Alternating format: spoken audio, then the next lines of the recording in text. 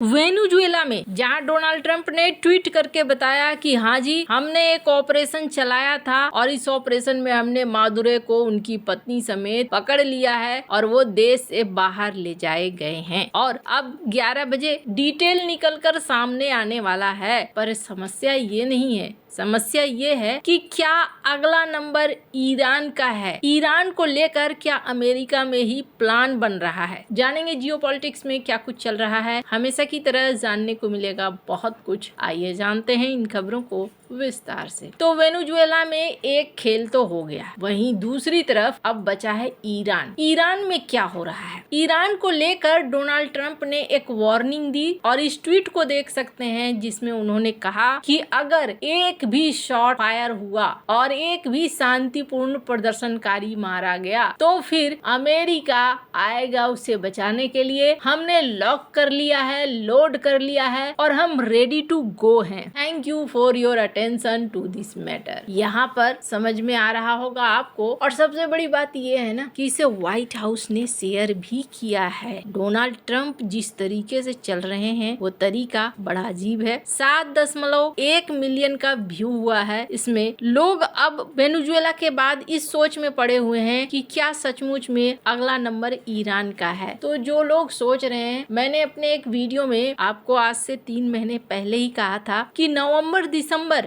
वो समय हो सकता है जिस समय पे ईरान के ऊपर एक्शन हो सकता है। और 1 महीने निकल गए लेकिन ज्यादा वक्त नहीं हुआ है, वही एक्शन देखने को मिल रहा है। क्या ये एक महज संजोग है कि एक तरफ यमन में लगातार सऊदी अरब हमले कर रहा है। यमन को लेकर खाड़ी के 2 महत्वपूर्ण देश सऊदी अरब और यूएई आमने सामने हो गए थे। पाकिस्तान के लिए टेंशन भी बढ़ गया था। पाकिस्तान के दोनों के साथ अच्छे रिश्ते हैं, लेकिन क्या सचमुच में ये असली खेल है। सऊदी अरब यूएई में तनाव है या फिर यमन में निशाना बनाया जा रहा है ताकि ईरान की जड़ों को कमजोर किया जा सके। अभी ईरान में प्रोटेस्ट चल रहे हैं। मैंने आपको अपनी खबर में बताया था, ईरान में महंगाई, बेरोजगारी के साथ साथ इस्लामिक सरकार के खिलाफ पिछले 1 हफ्ते से भारी विरोध प्रदर्शन किए जा रहे हैं। ये विरोध प्रदर्शन देश के कई हिस्सों में फैल गया है। इस बीच ईरान के निर्वासित क्राउन प्रिंस रजा पहलवी, इन्होंने अमेरिका के राष्ट्रपति डोनाल्ड ट्रंप को खुले तौर पर धन्यवाद दिया है। स्क्रीन पर उनके इस ट्वीट को देखिए। डोनाल्ड ट्रंप ने कहा था कि अगर ईरान की इस्लामिक सरकार प्रदर्शनकारियों पर गोली चलाती है तो अमेरिका बीच में आ जाएगा। सोशल मीडिया प्लेटफॉर्म एक्स पर लिखते हुए रजा पहलवी ने लिखा है कि उनके पास एक स्थिर बदलाव की योजना है। अगर इस्लामिक रिपब्लिक शासन गिर जाता है तो गिर जाता है और देश के लाखों नागरिक सड़कों पर उतर आते हैं। क्राउन प्रिंस ने डोनाल्ड ट्रंप को लेकर आगे कहा कि आपने इस्लामिक रिपब्लिक के आपराधिक नेताओं को जो चेतावनी दी है उससे मेरे लोगों को ज्यादा ताकत और उम्मीद मिली है। ये उम्मीद कि आखिरकार यूनाइटेड स्टेट्स का कोई राष्ट्रपति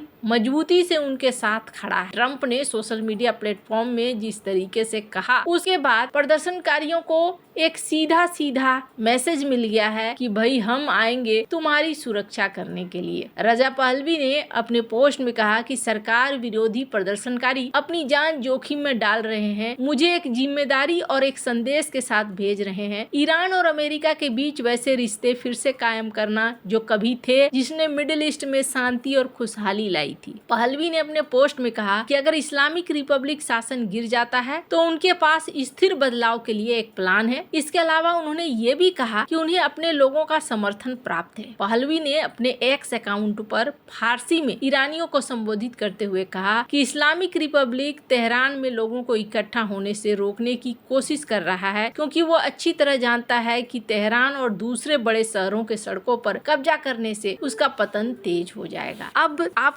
आप में से बहुत सारे लोग होंगे जिनको रजा पहलवी के बारे में पता नहीं है। ईरान में ऐसा लगता है कि अब एक बड़ा तख्ता पलट शुरू हो रहा है। ईरान में 1979 से पहले शाह मोहम्मद रजा पहलवी का शासन था, जिन्हें अमेरिका का समर्थन हासिल था। रजा पहलवी शाह की तानाशाही, भ्रष्टाचार और दमनकारी नीतियों के खिलाफ ईरान में भयानक प्रदर्शन हुआ। कट्टर इस्लामिक नेता अयातुल्लाह रुहुल्लाह खमैनी शाह उस विरोध प्रदर्शन का सबसे बड़ा चेहरा बनकर उभरे। ईरान की मस्जिदों में खुमैनी के भाषण दिखाए जाते थे। उनके भाषण के कैसेट भी जनता में बांटे जाते थे। साल 1978 से 1989 में देश भर में बड़े पैमाने पर विरोध प्रदर्शन और हड़तालें शुरू हो गई। जनवरी 1979 में शाह रजा पहलवी को ईरान छोड़कर भागना पड़ा। फरवरी 1979 में आयतुल्लाह खुमैनी ईरान लौटे और इस्लामिक सरकार का गठन हो गया। अप्रैल 1979 में हुए जनमत संग्रह में ईरान को इस्लामिक रिपब्लिक घोषित कर दिया गया। इसके बाद ईरान एक कट्टर इस्लामिक देश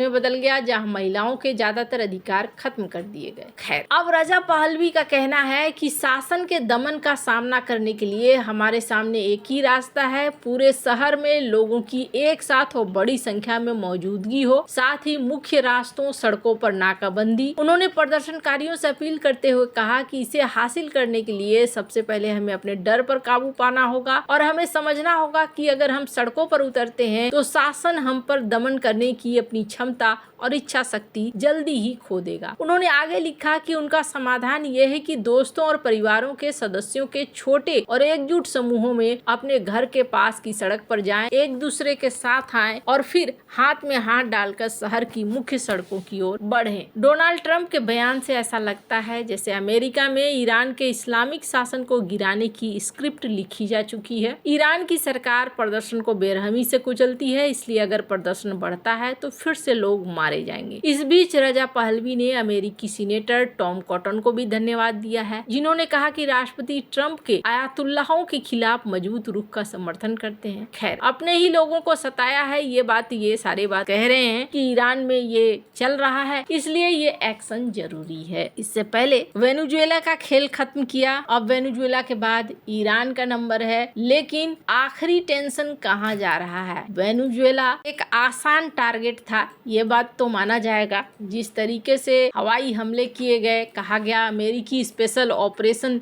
हेलीकॉप्टर यहाँ पर उतरे, तो यहाँ पर फिर भी आसान था क्योंकि इनकी ताकत उतनी नहीं रह गई थी। पर ईरान के मामले में क्या इतना आसान रह जाएगा? ईरान के मामले में चीजें उतनी आसान तो नहीं होंगी, पर हाँ, ईरान को लेकर अगला निशाना बनने जा रहा है, ये बात भी बिल्कुल साफ है। ईरान किसके पास दौड़ा है? ईरान यूएन के पास दौड़ा है, स्क्रीन पर आप देख सकते हैं। और यहाँ पर ईरान ने यूएन को कहा है कि देखिए ट्रंप किस तरीके से कर रहे हैं, आप यहाँ रोकिए ट्रंप को, ये गलत है। अब सवाल ये आ रहा है, ईरान हो या वेनेजुएला हो, इन दोनों ही मामलों में देखने को मिल रहा है कि चाइना नहीं आ रहा है। वहीं ईरान आगे ये कहता है कि हम फिर अमेरिका के बेस को निशाना बनाएंगे। अब आगे ईरान का कंडीशन कैसा होता है वो देखने वाली बात होगी। यहाँ पर वेनेजुएला में तो एक एग्जाम्पल सेट कर दिया इन्होंने कि राजा को ही लेकर उड़ गए। खैर, आपको क्या लगता है आने वाले दिनों में क्या हो सकता है? और ट्रंप जिस तरीके से कर रहे हैं, ये एक्शन थोड़ा अजीब नहीं लग रहा है क्या? कमेंट कर अपनी राय जरूर बताएं। जल्द मिलते हैं अगले वीडियो में नई खबर के साथ।